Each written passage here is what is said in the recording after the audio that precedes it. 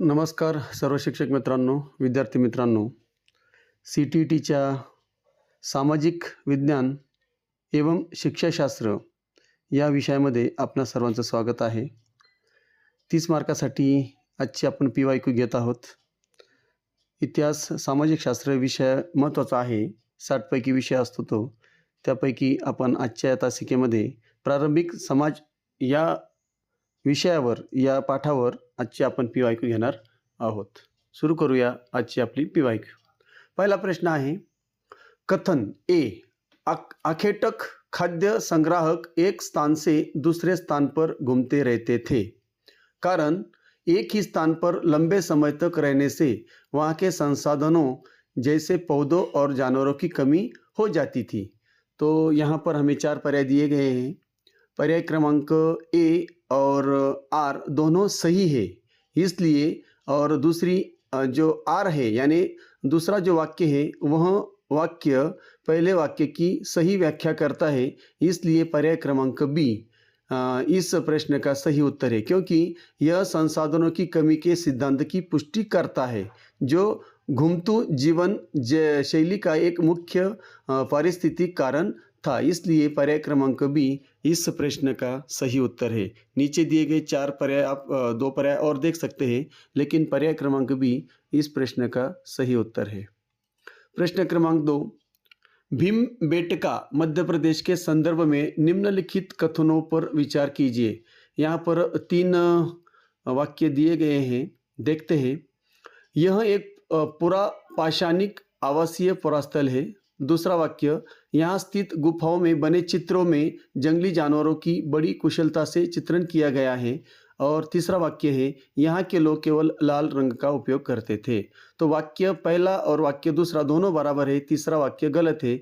इसलिए यहाँ पर जितने भी पर्याय दिए हैं उनमें से पर्याय क्रमांक ए केवल 1 और 2 यह इस प्रश्न का सही उत्तर है, क्योंकि भीमबेटका एक प्रमुख पुरा पाषाणिक स्थल है जहाँ चित्रों में जानवरों का सजीव चित्रण है, लेकिन वहाँ के रंगों में सफ़ेद रंगों का ज़्यादा प्रयोग हुआ है. वहाँ लाल और सफ़ेद दोनों रंगों का प्रयोग हुआ है. इसलिए पर्याय क्रमांक 1 और 2 जो है यानी केवल 1 और 2 इस प्रश्न का सही उत्तर होने वाला है. इसलिए ए पर्याय जो है, ए पर्याय इस प्रश्न का सही सटीक उत्तर है. आगे बढ़ते हैं प्रश्न 3 की तरफ. पुरापाषाण काल के औजारों के निर्माण के संदर्भ में निम्नलिखित में से कौन सी तकनीक का प्रयोग किया जाता था? पत्थर से पत्थर टकराना, दबाव शल्क तकनीक और धातुओं के साथ ढलाई. तो पहला और दूसरा जो पर्याय है ये दोनों पर्याय बराबर है. इसलिए यहाँ पर पर्याय क्रमांक सी देखिए, पर्याय क्रमांक सी केवल 1 और 2, तो यह पर्याय क्रमांक सी इस प्रश्न का सही उत्तर है, क्योंकि पुरापाषाण काल में केवल पत्थर की तकनीकों का उपयोग होता था, जबकि धातु ढलाई बहुत बाद की तकनीक है. इसलिए पर्याय क्रमांक सी इस प्रश्न का सही उत्तर होने वाला है. 4 पर्याय दिए हैं, चारों में से पर्याय क्रमांक सी इस प्रश्न का सही उत्तर है. आगे बढ़ते हैं चौथा प्रश्न पर. प्रश्न चौथा, कुरनूल की गुफाओं आंध्र प्रदेश में राख के अवशेष मिले हैं. यह पुरापाषाण काल के लोगों के बारे में क्या संकेत देता है? तो यहाँ पर 4 पर्याय दिए हैं. सबसे ऊपर का जो पर्याय है, वे आग जलाना सीख गए थे, यह इस प्रश्न का सही जवाब है, क्योंकि राख की उपस्थिति यह अकाट्य प्रमाण है कि प्रारंभिक मानव के आग का नियंत्रण और उपयोग करना सीख लिया था. प्रारंभिक मानव ने आग का उपयोग करना सीख लिया था. इसलिए पर्याय क्रमांक ए इस प्रश्न का सही उत्तर है. आगे बढ़ते हैं प्रश्न 5 की तरफ चलते हैं. मध्य पाषाण काल में जलवायु परिवर्तन के कारण घास वाले मैदानों के विकास का निम्नलिखित में से क्या परिणाम हुआ? तो यहाँ पर आप देख सकते हो 4 पर्याय दिए हैं. चारों में शाकाहारी जानवरों की संख्या में वृद्धि हुई, क्योंकि घास के मैदानों के विस्तार से घास खाने वाले जानवरों जैसे हिरन और बकरी के लिए अनुकूल स्थितियां बनी और उसकी आबादी बढ़ी. इसलिए पर्याय क्रमांक सी इस प्रश्न का सही उत्तर है. आगे बढ़ते छठा प्रश्न, नवपाषाण काल के पुरास्थल बुर्ज होम जो जम्मू कश्मीर स्थित है के संदर्भ में निम्नलिखित विशिष्टताओं पर विचार करें. अब यहाँ पर हमें 3 वाक्य दिए हैं, तीनों वाक्यों के बारे में हमें सोचना है. सबसे पहला वाक्य, लोग गड्ढे के नीचे घर गंतरवास बनाकर रहते थे। दूसरा वाक्य, घरों के बाहर और अंदर दोनों स्थानों पर खाना पकाने के साक्ष्य मिले हैं। तीसरा, यहाँ से सूती कपड़ों के प्राचीनतम अवशेष प्राप्त हुए हैं। तो यहाँ पर तीसरा जो वाक्य है, तीसरा वाक्य नहीं हो सकता, क्योंकि सूती कपड़ों के प्राचीनतम साक्ष्य मेहरगढ़ से मिले हैं। इसलिए पर्याय क्रमांक जैसा एक पहला वाक्य और दूसरा वाक्य दोनों वाक्य सही है, इसलिए पर्याय क्रमांक ए केवल 1 और 2 यह इस प्रश्न का सही उत्तर होने वाला है। पर्याय क्रमांक ए, क्योंकि बुजुर्ग होम में गंतरवास और चूल्हों के साक्ष्य भी मिले हैं, इसलिए पर्याय क्रमांक ए इस प्रश्न का सही उत्तर है। 7वां प्रश्न देखो, मेहरगढ़ के संदर्भ में निम्नलिखित में से कौन सा कथन सत्य है? तो हमें यहाँ पर 4 कथन दिए हैं मेहरगढ़ के संदर्भ में। तो पर्याय क्रमांक डी देखिए, पर्याय क्रमांक डी देखने के बाद आप में समझ में आएगा, यहाँ के घर केवल गोल आकार के पाए गए हैं, क्योंकि हमें असत्य ढूंढना है। यहाँ पर क्या है, कौन सा कथन असत्य है? तो हमें असत्य, देखो पर्याय क्रमांक ए बी सी तीनों भी सत्य है। यहाँ मृतकों के साथ सामान दफनाने के साक्ष्य मिले हैं। यह बोलन दर्रे के पास एक उपजाऊ मैदान में स्थित है। यहाँ कपास की खेती के सबसे पुराने साक्ष्य भी मिले हैं। ये तीनों भी बराबर है, लेकिन हमें असत्य वाक्य ढूंढना है। तो यहाँ के घर केवल गोल आकार के पाए गए, ये झूठ है। मेहरगढ़ में घर चौकोन या आयताकार थे, गोल नहीं थे। यह कथन पूरा तात्विक साक्ष्यों के विपरीत है, इसलिए पर्याय क्रमांक डी इस प्रश्न का सही उत्तर है। आगे बढ़ते हैं प्रश्न क्रमांक 8 की तरफ। प्रारंभिक समाज में सूक्ष्म पाषाण का सबसे महत्वपूर्ण उपयोग क्या था? तो यहाँ पर आप देख सकते हो 4 पर्याय है। तो यहाँ पर सबसे आखिरी जो पर्याय है, लकड़ी या हड्डियों के हत्थे लगाकर औजार बनाना, क्योंकि लिस्त छोटे पत्थर थे जिन्हें हंसिए या आरी जैसे मिश्रित औजार बनाने के लिए हत्थों में जड़ दिया जाता था। इसलिए सबसे आखिरी पर्याय, पर्याय क्रमांक डी इस प्रश्न का सही उत्तर है। 9वां प्रश्न देखिए, इतिहास के शिक्षण शास्त्र के अनुसार प्रारंभिक समाज के बारे में पढ़ाते समय एक शिक्षक को पुरास्थलों के मानचित्र का उपयोग क्यों करना चाहिए? तो 4 पर्याय दिए हैं, चारों में से आप देख सकते हो। छात्रों को भौगोलिक और ऐतिहासिक संबंधों को समझने में मदद करने के लिए, पहला ही पर्याय इस प्रश्न का सही उत्तर है, क्योंकि मानचित्र छात्रों को यह समझने में मदद करता है कि जलवायु और जल संसाधनों ने प्रारंभिक बस्तियों के स्थान को कैसे प्रभावित किया था। इसलिए इस प्रश्न का सही उत्तर है पर्याय क्रमांक ए। आगे बढ़ते हैं, प्रश्न 10 की तरफ चलते हैं। नवपाषाण काल के औजार पुरापाषाण काल के औजारों से किस प्रकार भिन्न थे? तो यहाँ पर हमें 3 वाक्य दिए हैं।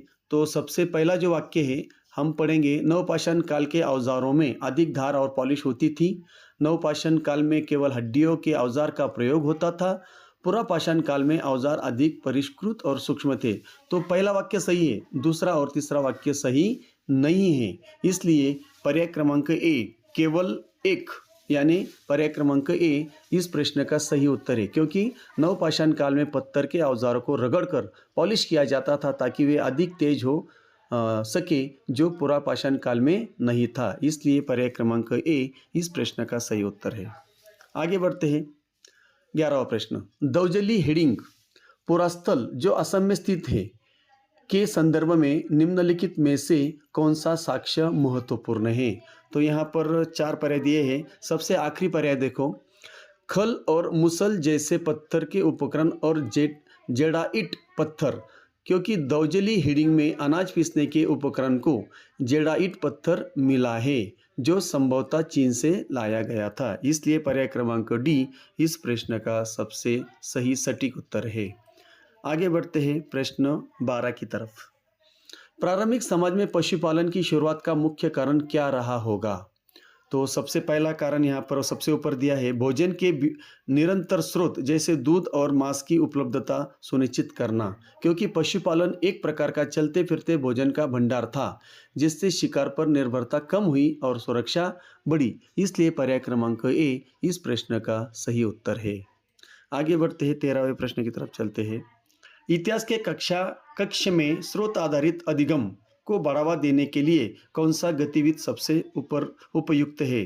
तो 4 पर्याय हमें दिए हैं। तो 4 पर्याय में से पर्याय क्रमांक बी देखो, बच्चों को पुरापाषाण काल के पत्थरों के औजारों के चित्रों का विश्लेषण करने के लिए कहना, क्योंकि मूल वस्तुओं या उनके चित्रों का विश्लेषण छात्रों में ऐतिहासिक साक्ष्यों में निष्कर्ष निकालने की क्षमता विकसित करता है। इसलिए पर्याय क्रमांक बी इस प्रश्न का सही उत्तर है।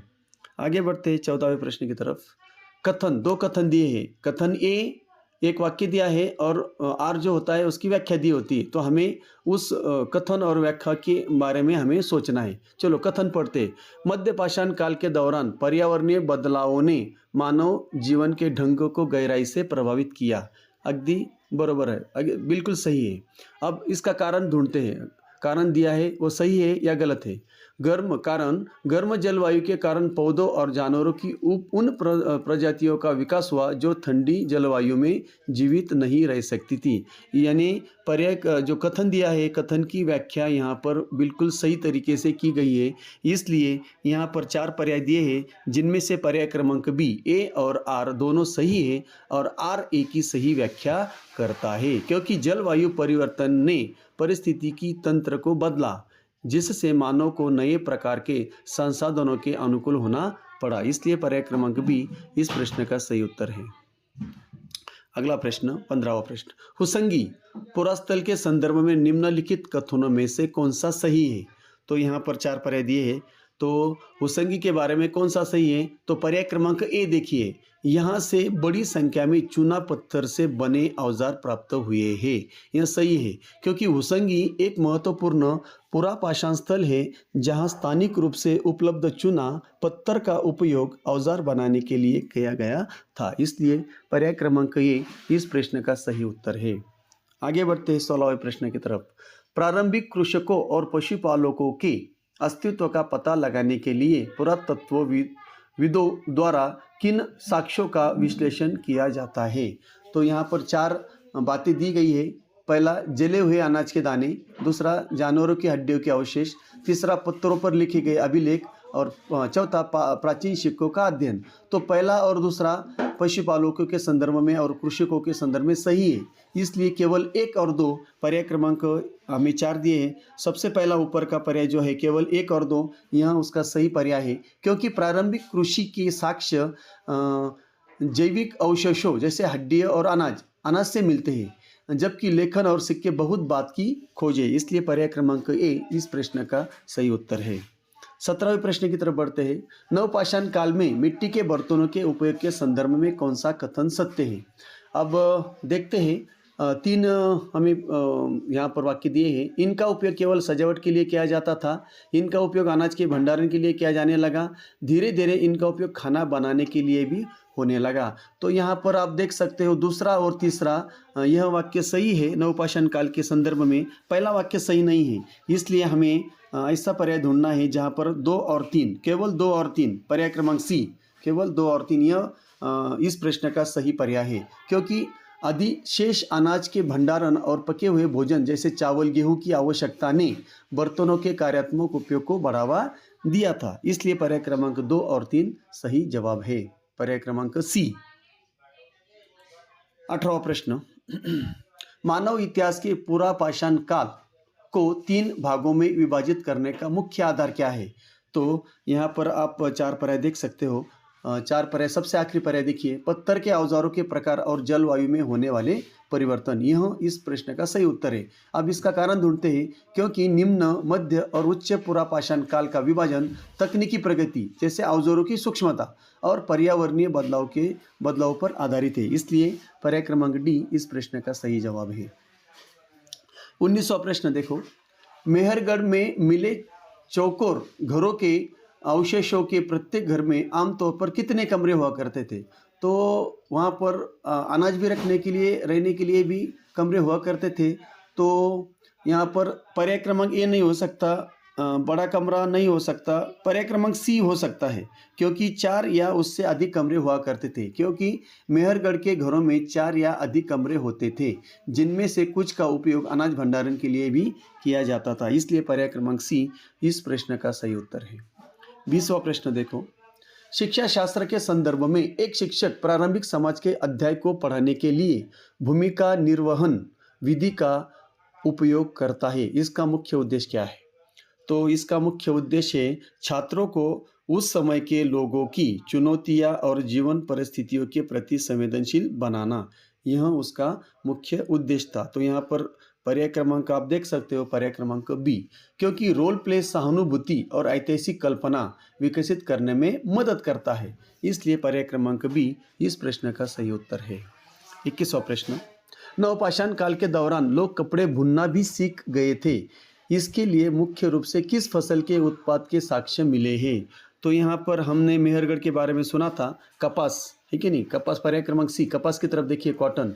मेहरगढ़ जैसे स्थलों पर कपास उगाने के साक्ष्य मिले हैं, जिसने बुनाई की तकनीक को संभव बनाया, इसलिए पर्याय क्रमांक सी इस प्रश्न का सही उत्तर है। 22वां प्रश्न, हड्डियों से बने औजारों का सर्वाधिक उपयोग किस काल की विशेषता रही है? तो यहाँ पर आप देख सकते हो पर्याय क्रमांक डी, उच्च पुरापाषाण और मध्य पाषाण काल, ये जो है, तो जैसे जैसे मानव की तकनीकी समझ बढ़ी, उसने पत्थर के साथ साथ हाथी दांत और हड्डियों का बारीक औजार बनाने में उपयोग शुरू किया, इसलिए पर्याय क्रमांक डी इस प्रश्न का सही उत्तर है। 23वां प्रश्न, पेलियोलिथिक शब्द किन दो यूनानी शब्दों से मिलकर बना है? तो सबसे ऊपर जो पर्याय दिया है, पर्याय क्रमांक ए, पेलियो यानी प्राचीन और लिथोस का मतलब होता है पत्थर, यह इस दो शब्दों से मिलकर यह पेलियोलिथिक शब्द बना हुआ है, क्योंकि इसका शाब्दिक अर्थ पुराना पत्थर युग है, जो पत्थर के उपकरणों के महत्व को दर्शाता है, इसलिए पर्याय क्रमांक ए इस प्रश्न का सही उत्तर है। आगे बढ़ते हैं 24वां प्रश्न, प्रारंभिक समाज के लोग दीवारों पर चित्र क्यों बनाते थे? इतिहासकारों के अनुसार सबसे संभावित कारण क्या हो सकता है? तो सबसे पहला देखो, सबसे ऊपर का कारण है, यह चित्र संभवतः किसी विशेष अनुष्ठान या शिकार पर जाने से पहले की गई रस्मों से जुड़े हुए थे, क्योंकि मानव विज्ञानियों का मानना है कि यह चित्र केवल कला नहीं थे, बल्कि शिकार में सफलता पाने के लिए किए गए जादू या रस्मों का हिस्सा हुआ करते थे, इसलिए पर्याय क्रमांक ए इस प्रश्न का सही उत्तर है। 25वां प्रश्न, निम्नलिखित में से कौन सा जोड़ा सही सुमेलित नहीं है? देखो, पहला जो है कोल्डी हवा उत्तर प्रदेश, ये सही है। महागड़ा उत्तर प्रदेश, ये भी सही है। उसके बाद में पय्यमपल्ली कर्नाटक, तो पय्यमपल्ली कर्नाटक नहीं हो सकता, पय्यमपल्ली तमिलनाडु में स्थित है, इसलिए यह गलत है, तो हमें यहाँ पर गलत ही ढूंढना था। चलो, इसलिए पर्याय क्रमांक सी इस प्रश्न का सही उत्तर है। आगे बढ़ते हैं प्रश्न क्रमांक 26 की तरफ। नवपाषाण काल में पुरास्थल चिरांद की मुख्य विशेषता क्या है? तो चिरांद जो है, चिरांदों में वहाँ पर हमें हिरण की संख्या बहुत ज़्यादा है। बिहार में स्थित चिरांद नवपाषाण काल में अपनी विशिष्ट हड्डी तकनीक, विशेष रूप से हिरण के सींगों की औजारों के लिए प्रसिद्ध है, इसलिए पर्याय क्रमांक बी जो है, पर्याय क्रमांक बी यहाँ पर दिया है, पर्याय क्रमांक बी, यहाँ से बड़ी संख्या में हिरण के सींगों से उपकरण मिले हैं, यह इस प्रश्न का सही उत्तर है। आगे बढ़ते हैं 27वें प्रश्न की तरफ। प्रारंभिक समाज के दौरान लिंग आधारित श्रम विभाजन के बारे में इतिहासकार क्या कहते हैं? तो यहाँ पर सबसे आखिरी पर्याय देखो, संभवतः महिलाएं और पुरुष दोनों मिलकर कई काम जैसे शिकार और संग्रहण करते थे, यह इस प्रश्न का सही उत्तर होने वाला है, क्योंकि ऐतिहासिक साक्ष्य बताते हैं कि कठोर श्रम विभाजन के बजाय दोनों लिंगों की भागीदारी कार्यों में समान रूप से रही होगी, इसलिए पर्याय क्रमांक डी इस प्रश्न का सही उत्तर है। 28वां प्रश्न देखो, इतिहास की पाठ्य पुस्तकों में उपयोग किए गए पुनर्निर्माण चित्रों का क्या महत्व है? तो यहाँ पर पर्याय का हमें 4 पर्याय दिए हैं। सबसे ऊपर का पर्याय देखो, ए पर्याय, ये खंडहरों और अवशेषों के आधार पर अतीत के संभावित दृश्य को समझने में मदद करते हैं, क्योंकि चित्रों के माध्यम से छात्र अमूर्त ऐतिहासिक डेटा को एक दृश्य के रूप में देख पाते हैं, जिससे समझ क्या होती है? गहरी होती है, इसलिए पर्याय क्रमांक ए इस प्रश्न का सही उत्तर है। आगे बढ़ते हैं 29वां प्रश्न की तरफ। फ्रांस की गुफाएं जैसे लास्को में पाए गए चित्रों के संदर्भ में निम्नलिखित में से कौन सा खनिज रंग के रूप में उपयोग किया जाता था? तो यहाँ पर लौह अयस्क, उसके बाद में चारकोल और गेरू, तीनों भी यहाँ पर खनिज रंग के रूप में उपयोग में लाए जाते थे। सबसे आखिरी कृत्रिम प्लास्टिक पेंट ये नहीं लाया जाता था, इसलिए 1, 2 और 3 तीनों भी यहाँ पर सही है। इसलिए यहाँ पर 4 पर्याय देखो, तो हमें केवल 1, 2 और 3 पर्याय क्रमांक भी इस प्रश्न का सही उत्तर माना जाएगा और है। आगे बढ़ते हैं। आखिरी प्रश्न, कथन। अब यहाँ पर कथन दिया है और उसकी व्याख्या दी गई है। कथन सुनते हैं, नवपाषाण युग में लोगों ने स्थिर जीवन जीना शुरू किया था। ओके, सही बात है। अब इसका कारण, कृषि के कारण फसलों की देखभाल के लिए एक ही स्थान पर लंबे समय तक रुकना आवश्यक हो गया था। इसकी व्याख्या भी सही है, इसलिए पर्याय ए और आर दोनों सही है और इनकी व्याख्या जो है आर ए की सही व्याख्या करता है। तो ऐसा पर्याय हमें ढूंढना है, तो पर्याय सबसे ऊपर का पर्याय देखिए, ए और आर दोनों सही है और आर ए की सही व्याख्या करता है। यह इस प्रश्न का सही उत्तर है, क्योंकि पौधे उगाना, सिंचाई करना और कटाई तक उनकी रक्षा करने की आवश्यकता ने मानव को स्थायी बस्तियां बनाने पर मजबूर किया था। इसलिए पर्याय क्रमांक ए इस प्रश्न का सही उत्तर है। आशा करता हूं आपको वीडियो अच्छी लगी होगी, समझ में आई होगी। तो ज़रूर लाईक कीजिए, कमेंट्स कीजिए और चॅनल को अभी तक सबस्क्राईब नाही किया आहे तो ज़रूर कीजिए। जर आत्तापर्यंत सबस्क्राईब केलं नसेल तर अवश्य करा, जेणेकरून TETचे आणि CTETचे दोन्ही पण प्रकारचे व्हिडिओ, दोन्ही परीक्षेसंदर्भातील सर्व विषयाचे व्हिडिओ आपणास प्राप्त होत राहतील। म्हणून चॅनलला अवश्य सबस्क्राईब करा। पुन्हा भेटूया नवीन तासिकेमध्ये। तोपर्यंत जय हिंद, जय महाराष्ट्र।